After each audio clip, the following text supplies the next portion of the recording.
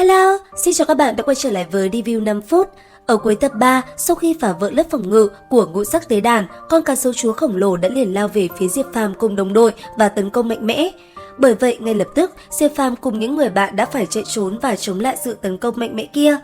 Thậm chí, sau khi nó cất lên những tiếng gầm, âm thanh đó làm cho đại não mọi người như muốn nổ tung, từng người cứ thế ngã xuống. Sau đó, trên tay con quái vật kia, sợi xích trên tay nó cũng liền vung lên đánh phá nơi này, khiến đất đá cùng khói bụi tung bay mù mịt. Thậm chí, khi nó văng ra còn cuốn theo Diệp Phàm vào sợi xích đó và kéo theo hàng trăm mét, có thể nói tình huống hiện tại là rất căng thẳng. Lúc này, con quái vật kia không ngừng tấn công 7 người, đất đá cùng khói bụi rơi xuống làm 7 người gặp nguy hiểm rất lớn.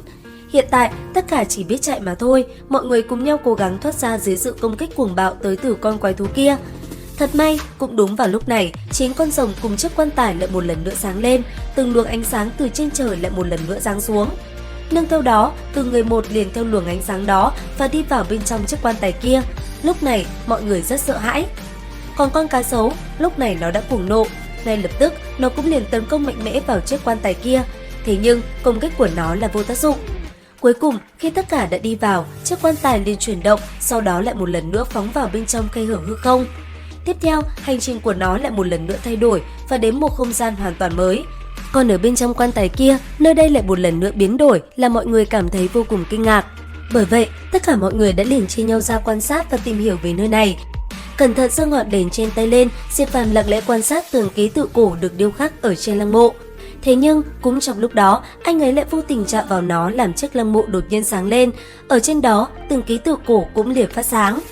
Lúc này, thấy điểm quái dị, mọi người liền cùng nhau tập trung lại quan sát lăng mộ ở chính giữa.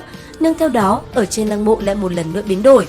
Ở trên đó, ký tự cổ biến mất, từng ngôi sao sáng lên, đây chính là bắt đầu thất tinh, sợi dây liên kết những ngôi sao này đại diện cho nơi tiếp theo mọi người sẽ đến.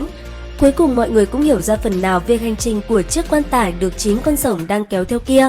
Thế nhưng, cũng đúng vào lúc đó, từ trong lăng mộ kia, một vài con cá sấu nhỏ lúc trước lại đột nhiên xuất hiện, sau đó lao ra tấn công mọi người. Bởi vậy, mọi người đã ngay lập tức đánh bay nó. Sau khi đã đánh tan được đám cá sấu nhỏ, nơi này đột nhiên rung lắc dữ dội làm mọi người vô cùng hoảng sợ. Ở bên ngoài, không biết lý do gì, chiếc quan tài đang bay trong không gian dường như đã gặp một vấn đề gì đó.